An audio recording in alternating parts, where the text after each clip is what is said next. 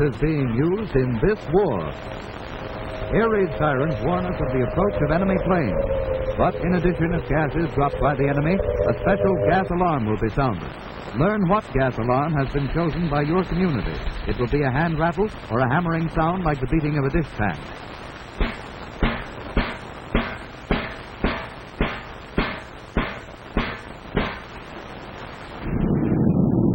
War gas is dropped from planes either as a spray or in gas bombs. But should enemy raiders use gas against your community, there is no reason for fear or panic. Because if you know what to do, you can protect yourself and safeguard your family against the menace of gas from the air.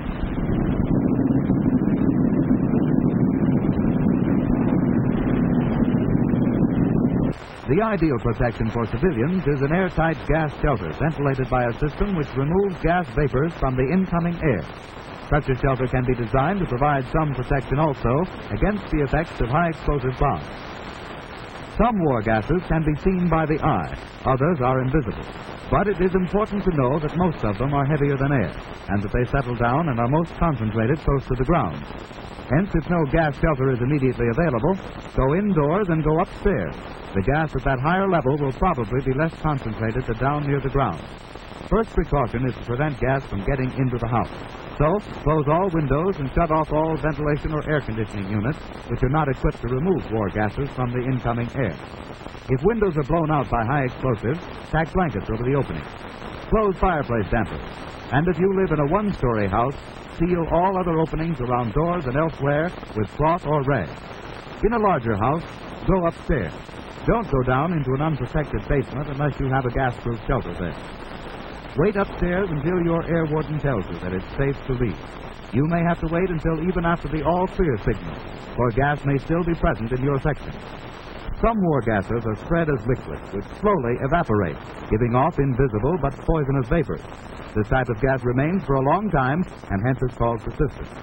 Certain chemicals neutralize this liquid gas, and trained decontamination teams of the United States Citizens Defense Corps, which is the civilian protection force of your community, are equipped to neutralize the liquid gas, so that people may go outside without danger of exposure to the liquid or its poisonous fumes.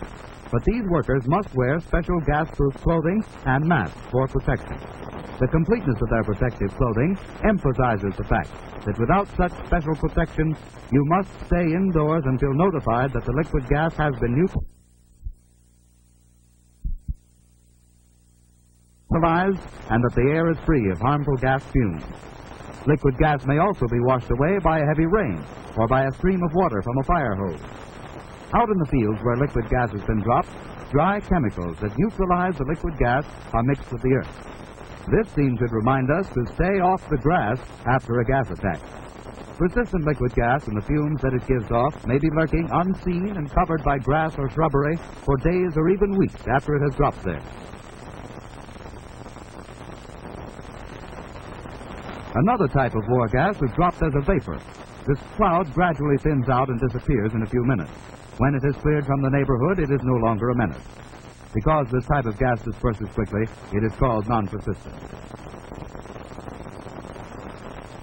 So after a gas attack, wait for your warden to tell you that it's safe to leave your house.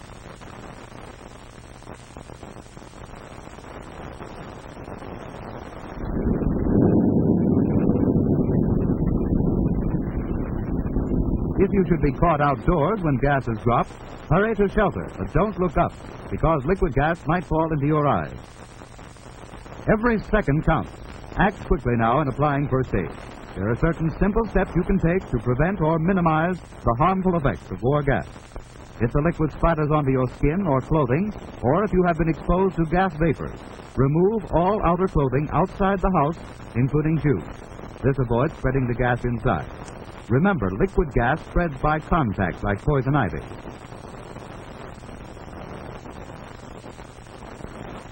Leave the contaminated clothing outside to be decontaminated later.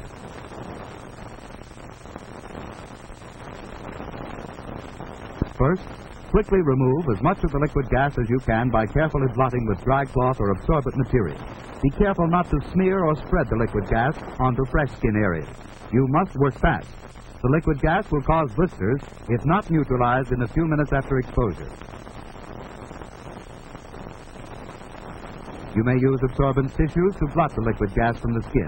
Absorbent cotton may be used in the same way with equal success. Throw the contaminated materials used to remove the liquid gas into covered containers to be destroyed later on. Use ordinary household bleaching solution containing sodium hypochlorite to neutralize any liquid gas remaining on the skin. The exposed area of skin should be gently and thoroughly bathed with absorbent material saturated with the bleaching solution. Do not use rough cloths and do not rub with pressure, as this might cause irritation.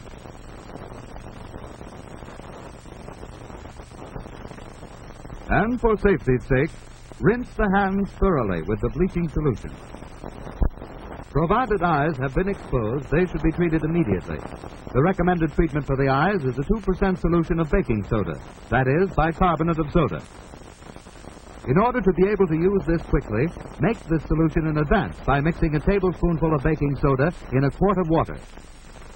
Keep this handy in tightly corked and properly labeled bottles. Now, to actually irrigate your eyes, fill an enema bag with the prepared baking soda solution.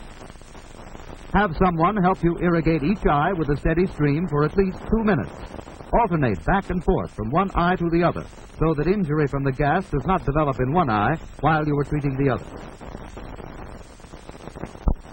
If an enema bag is not handy, use a tea kettle or some other device that will pour a small, steady stream. Results will be improved if you can hold the eyes open. And if you can't find anyone else to help, you can irrigate your eyes yourself, even though it is awkward. Then get into a shower as quickly as possible. This removes the bleaching solution after it has neutralized the gas.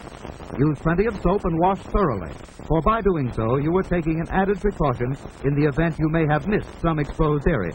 And be sure to wash your hair before you're through. If you don't have a shower, stand in the tub. Soap yourself thoroughly. Meanwhile, fill buckets of water and pour them over you to substitute for the shower.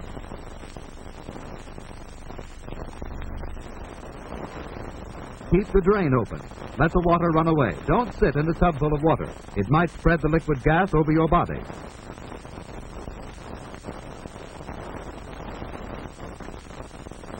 After bathing, irrigate the nose with a stream of the baking soda solution. And to treat the throat, use the same solution as a gargle.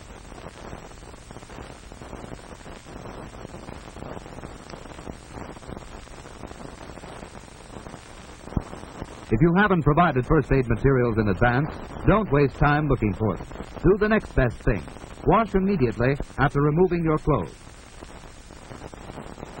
Let water run into your eyes to help remove any traces of gas which may be in them.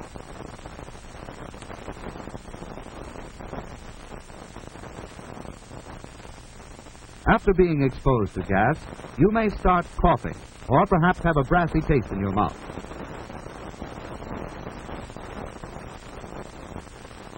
Your lungs may feel heavy and oppressed. Maybe cigarettes don't taste like they usually do.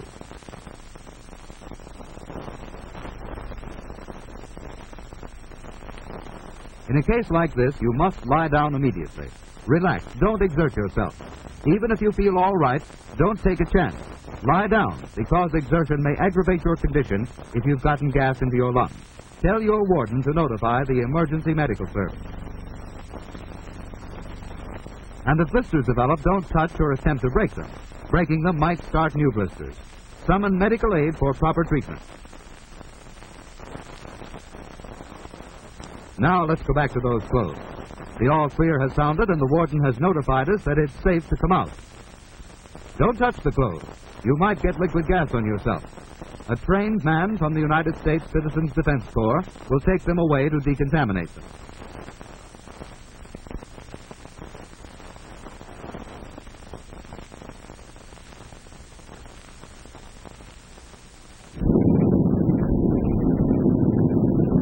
Why does the enemy use gas against civilians?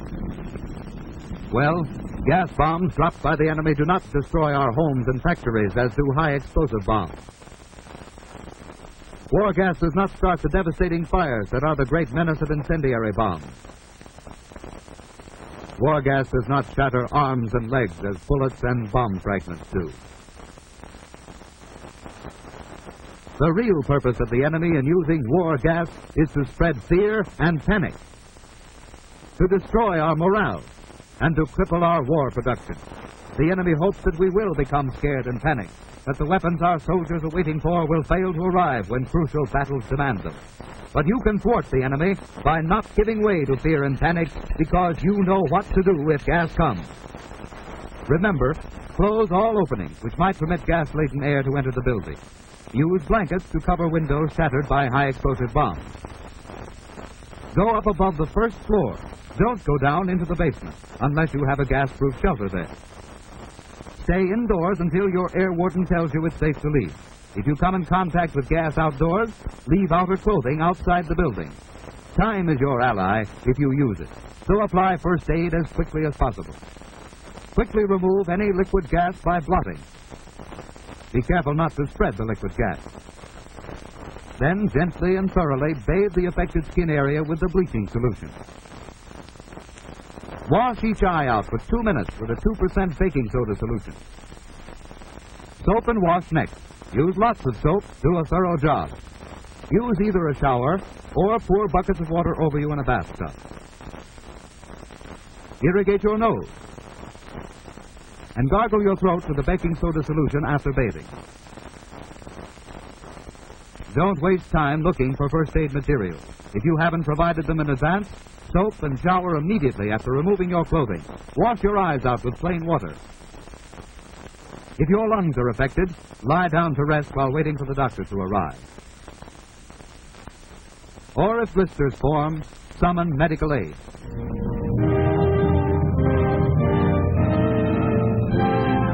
Across the world's battlefronts, our fighting men are hammering the enemy with weapons forged in America's mighty arsenal of democracy. These are the weapons made and wielded by free men to answer the challenge of tyrants who would enslave us if they could.